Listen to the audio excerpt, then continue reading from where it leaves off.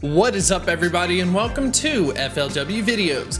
This is the second part of a two-part series where we take a look at Generation 4 Pokemon. The first video was all about legendary Pokemon, so if you do want to see the top 5 legendary Pokemon of Generation 4, go ahead and check out the link in the description.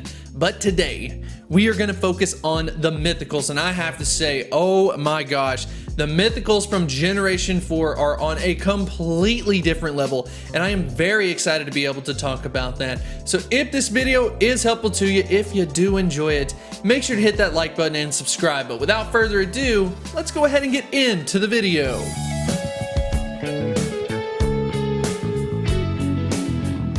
Let's start off the list with Darkrai. Now keep in mind, this is based off of a statistical average of the stats, but this Pokemon could easily be in the top 2 from a usefulness factor. So let's talk about why. As far as the stats are concerned, the attack stat clearly stands out as its best stat at 285, ranked 7th in Pokemon Go. Stamina, on the other hand, is ranked low at 202nd. But the CP rework really helped it out in that department.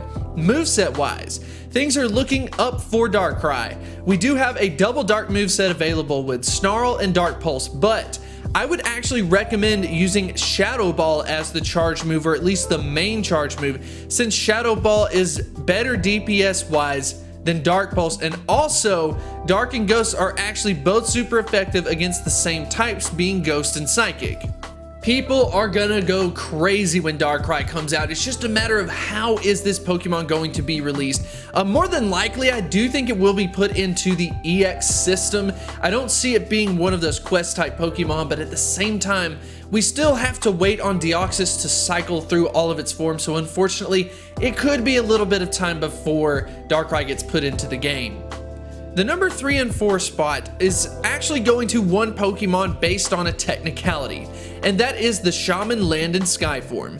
This mythical creature has 2 forms, which is very important to know because their stats and typings do differ. If we compare the stats of the land form, which has the same stats as Mew, Celebi, Jirachi, etc., but the Sky form, on the other hand, has a lower defense stat along with a higher attack stat, as well as picking up that flying type form.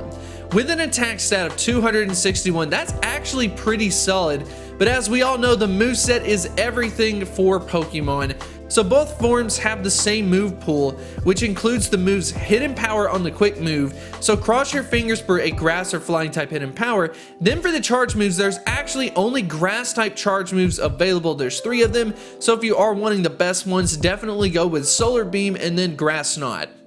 I am kind of interested to see how this will be implemented, especially the Sky form, but I would say that this Pokemon is destined for these special research quests. As far as the timing goes, we still have to focus on Jirachi, so it is going to be a little bit further down the line, but I know that we are going to be excited to add it to our Pokédex. So that leads into the number 2 position, and that is Manaphy. So Manaphy has the same stats as Shaman Land form, as well as the other typical mythical Pokemon that I mentioned before. So stat wise, we have seen the numbers before, but just to reiterate the point, the stat rework definitely helped Pokemon like this because of them being so well balanced overall.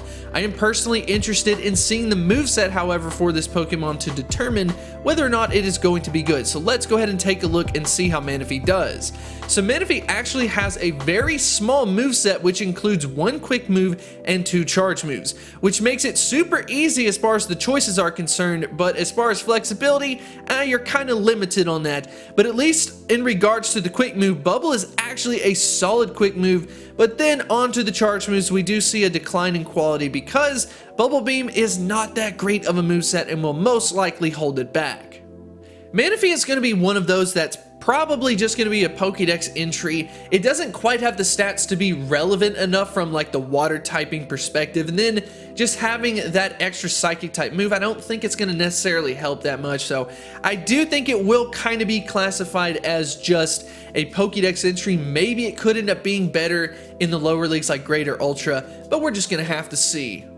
In at the number 1 spot is Arceus, the god Pokemon itself. This, my friends, is something to be excited about. So let's go ahead and cover the stats and moveset like usual, and then we will discuss why Arceus is so interesting. So stat-wise, we have the Pokemon that takes the #1 rank in the game, and it is all because of the CP rework propelling it forward. This is the good news. The bad news, however, is that its attack stat is 238, and it is its worst stat. So as far as the moveset is concerned, we have no way to get a double stab moveset, which is very important to be successful with Arceus, and I will explain why momentarily. But anyways, the ideal moveset that I would recommend is Iron Tail, Outrage, and Future Sight. So why did I put such an emphasis on Arceus getting a double stab moveset? Well, that's because of something known as type plating. Basically what happens with Arceus is it can have access to different plates, which will determine its type. So no, it's not necessarily just a normal type Pokemon. If, for example, you put on a fairy type plate, it will act like a pure fairy type Pokemon as far as the actual typing is concerned. So when I looked at the moveset, I really do think the moveset is 100% going to determine what people actually do with it. So as far as just some general recommendations are concerned, I would actually recommend Arceus as a steel type plating, mostly because it has the most resistances in the typing, and it does have access to a steel type, which is nice as well. And since you lose the benefit of just having the double stab moveset, I would personally just kind of narrow it down to a couple different types. I think that the steel type is the safest bet from a PvP perspective, while at the same time you end up getting the benefit of some really good movesets such as Outrage, such as Future Sight, regardless of the actual typing. But I'm very curious to see what is going to happen with this. Will we, get them from random drops? Will they be obtainable from PvP? Will this Pokemon become an EX raid boss? There are just so many questions in regards to Arceus, and I am so excited to see what Pokemon Go is going to do with it. So yeah, that just about wraps up the video. I actually want to end with a kind of a different question of the day than what we typically do. And that is, when we are talking about Arceus, what typing would you recommend to use for Arceus, and why would you recommend it? Definitely let me know in the comment section below, and for everyone else, go ahead and read through the comments, get some good ideas, get ahead of the game. For when Arceus comes into play, you'll know what to do. But anyways, I hope you did enjoy this video. If you did, make sure to slap that like button and subscribe, and I will see you next time. I wanted to extend a huge thank you to the supporters over at Patreon. You definitely make this possible, and I 100% appreciate this support. If you are interested in supporting my channel on Patreon, definitely feel free to check out the link in the description.